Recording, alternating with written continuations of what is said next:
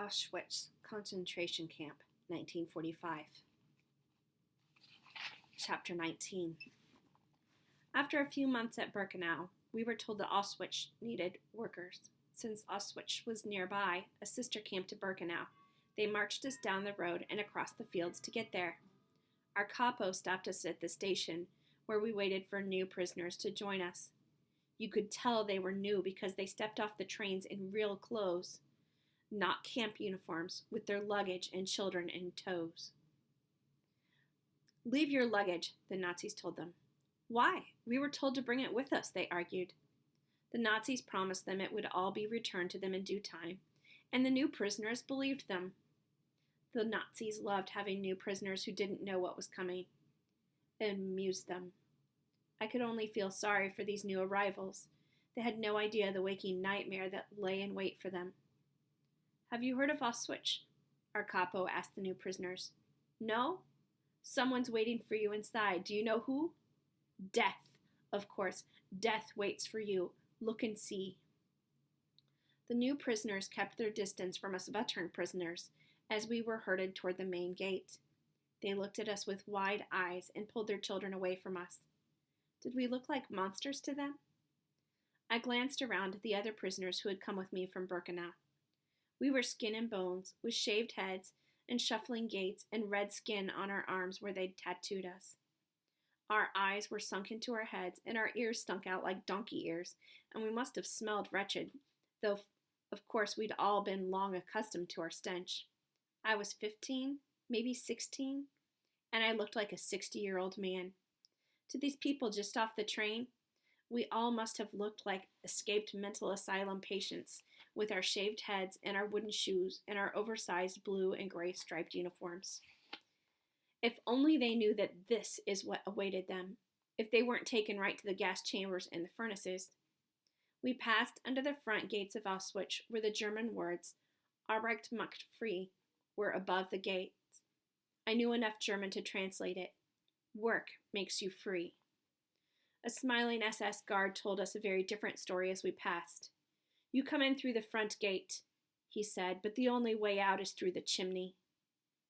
I looked up with the new prisoners to the tops of the black chimneys, where a thick black smoke poured out into the night-white sky. The crematorium.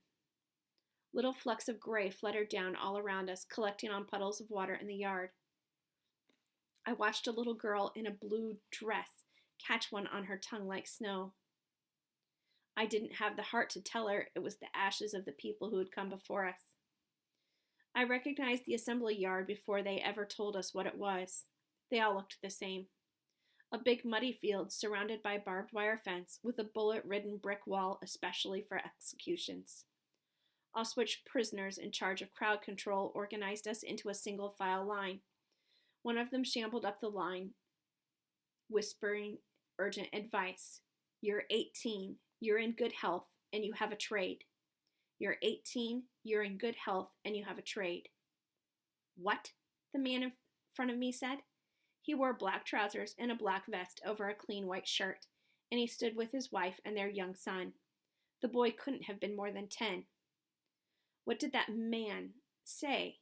Why should I tell them I'm 18? "Your boy," I said. "Tell them your boy is 18 and has a trade." They recoiled when they saw me, a monster that I was. See if you don't look the same in a year, I thought. "What? But that's prosperous. He's just 9. He's just a boy," the woman said. I left it. A Nazi soldier was walking by, and I wasn't going to get caught talking.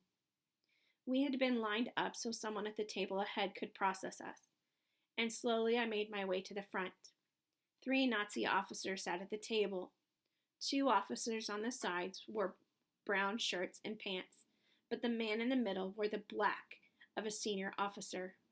He looked immaculate, with his shining black cap, polished medals, and neat white gloves like a traffic policeman. No one was so clean in a camp ever, not even the camp commandants. This was a man of importance. I could tell right away. He held a baton in his right hand, and with a flick of it to the left or to the right, he was separating the line. One direction I knew would be for the camp work detail. The other would be for the furnaces. Good material this time, I heard him say as we got closer. Yes, Herr Dr. Mingle, one of the brown shirts told him. Next, Mingle told the family in front of me. How old are you? I am 39, my wife is 36, and our son is 9, the man told Mingle. Are you healthy? Mingle asked the man. Yes. Only my wife had pneumonia recently, and she is still weak from it. I closed my eyes. The man was telling them too much and not the right things. Your occupation? Mingle asked. I am a clerk. Not anymore, Mingle told him. He waved a baton to the right for the man and to the left for the woman and the little boy. Capos came and pulled them apart. Papa, the boy cried. He reached for his father, but an SS officer pulled him and his mother away, while another officer pushed the father to the right. Next, Mingle said to me. How old are you? I stood as tall as I could. 18, I lied. Are you healthy? As an ox. I lied again. It was all I could do not to waver as I stood. What is your occupation? I could hardly tell them student. The man before had said clerk, and he'd been lucky they kept him. Bricklayer. I lied again. Dr. Mingle pointed his baton to the right, and I joined the ranks of the other men and women who had been kept to work. At least I hoped that was what group I had been assigned to. Beside the new prisoners, the older prisoners like me looked pathetically weak and incapable of any real labor. Where are they taking my wife and son? The man who had been ahead of me asked a capo. The capo cuffed him with his club, making the man's lip bleed. They're going to the gas chambers. Now shut up unless you want to join them. For a moment, it looked like the man might say that he would. Save your own life, someone whispered behind him. Just let them go. It's better for them this way. How can I let them go? The man cried. They're my family. I love them. But he stayed where he was, holding the back of his hand to his bleeding lip as he wept. When the selection was finished, one of the brown shirts addressed our group. Dr. Mingle was done for the day. Prisoners, the brown shirt said, you are fortunate. You are strong enough to have been selected for work. Once all of the Jews of Europe are collected into our camps, we will organize a new Jewish state for you where you will be free.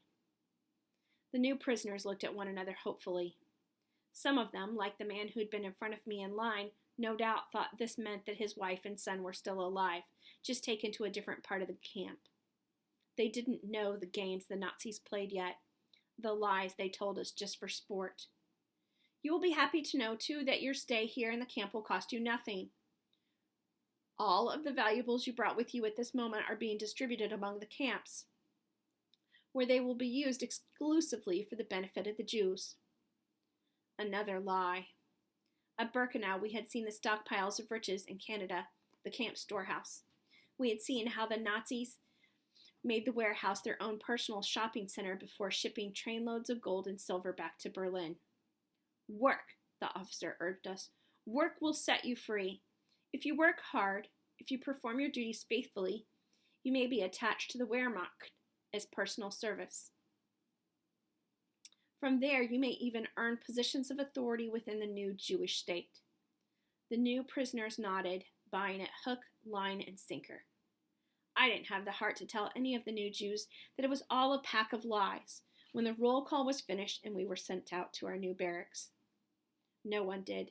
The new prisoners would learn soon enough, and they would accept the truth, or they would die. That night, as I lay in the middle slot of my 3-tiered bunk, I heard voices in the distance singing. I couldn't believe it. I lifted my head to hear better. It was a lullaby my mother had sung to me when I was a child, but it sounded like it was being sung by a choir.